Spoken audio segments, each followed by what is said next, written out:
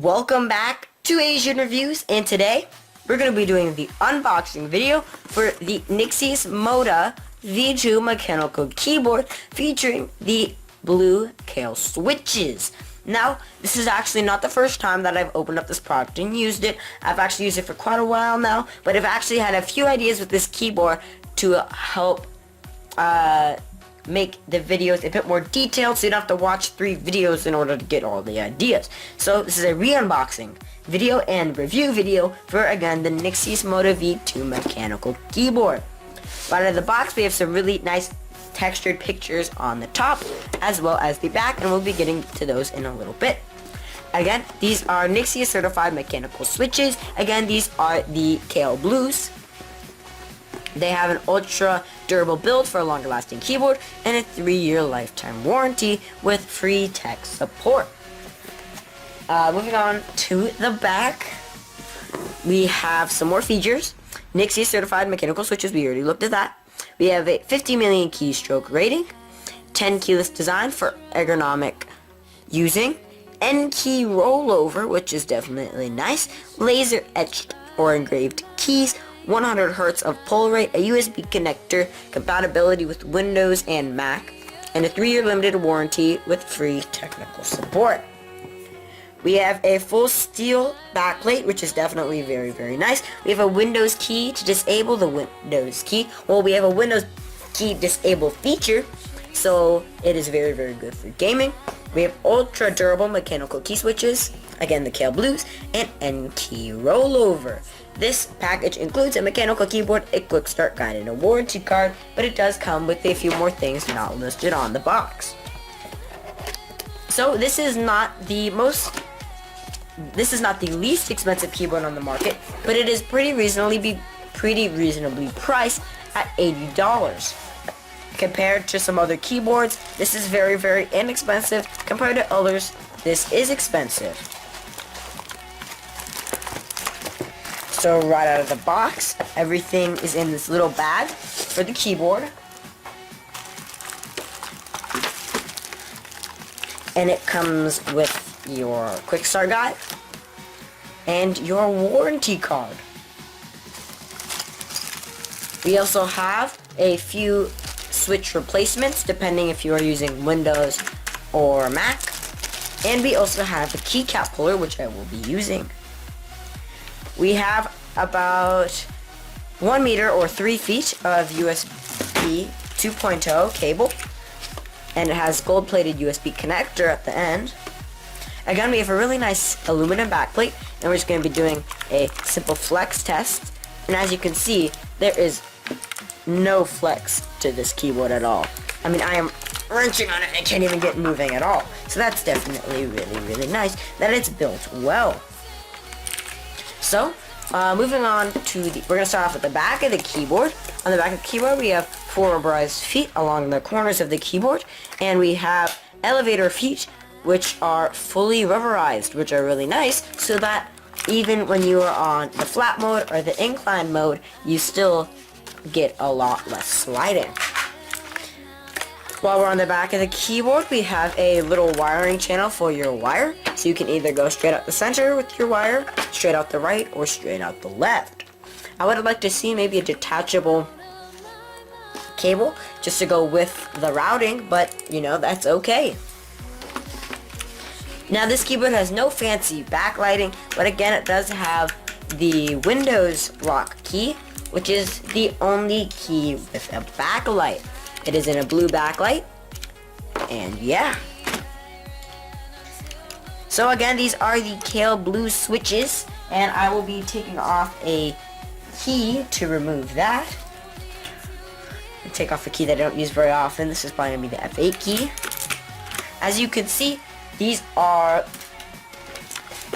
the Kale Blues. If you can't see the Kale logo right there. These are the Kale Blues, which are very, very similar to Cherry MX Blues, clicky switches, or Razor Greens. So here, we're going to do a little sound test. So these switches are tactile and clicky, which give off responses when you have actuated the key press. Now this is a pretty standard layout for a keyboard, nothing too fancy. Using Function and Windows key, you can disable the Windows lock button, Function F1 backward, Function F2 play pause, F3 forward, F4 stop, F5 mute, F6 volume down, F7 volume up, and F9 and key rollover. So that's definitely really nice. And here's just a quick sound test.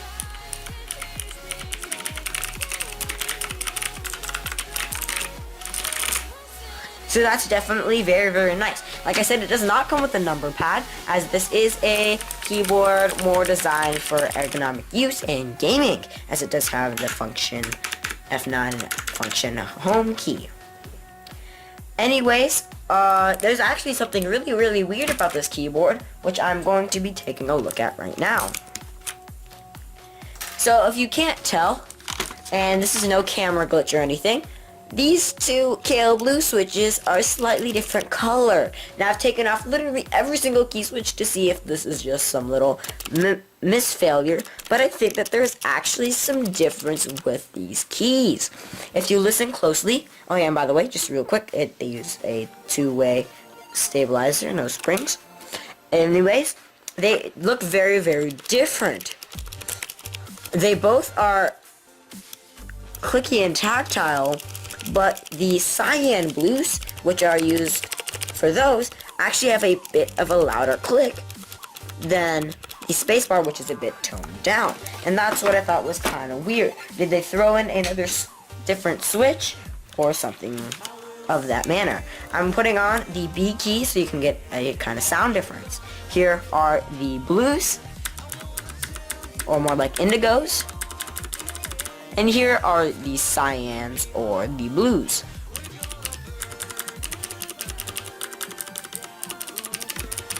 The cyans have a bit more of a click, while the blue has a bit more of a clack, which is definitely kind of odd, and you can definitely notice that when you are typing on it. Anyways, about this keyboard is very nice. It is around $80 on Amazon, which is pretty reasonable for mechanical keyboards, but there are some downsides to this keyboard. This is kind of in the mid-range of pricing. There are other keyboards similar to this, which do include a number pad, which do include backlighting for somewhere around the $70 range, and they also have backlighting with the brushed aluminum. And just until I forget to mention, these are raised keycaps. Anyways, there's no backlight other than this one key. There's nothing too fancy about this keyboard. It's just average for me. It's very heavy keyboard, very solid, as we did the flex test. But I must say that there might be better for less expensive out there. I have not reviewed another mechanical keyboard like this one yet, but I will possibly be doing so in the future, so we can maybe get a comparison video to see, do you want to spend less money to get backlight and a number pad with the same key switches, or do you want to spend even more, get an RGB backlit keyboard that does have a number pad and the brushed aluminum finish? Anyways, that was my re-unboxing and review for the Nixeus Moda V2 mechanical keyboard featuring the KL blue switches. Make sure to go check out Nixeus down in the description. I actually bought this keyboard for myself this time because I was looking for something kind of gamey. Anyways, make sure to like this video if you did enjoy, as it shows me that you like the content and you want to see it more faster. Make sure to subscribe to stay tuned to the sound test video that we're going to be doing with the Nixeus Moda V2 keyboard. We're just going to be doing sound tests for the KL blue switches. Anyways, I'm your one and only Asian from Asian Reviews. Again, make sure to subscribe, like, and share this video. And comment down below if you have any questions about this keyboard. I'll see you in the next one. Peace!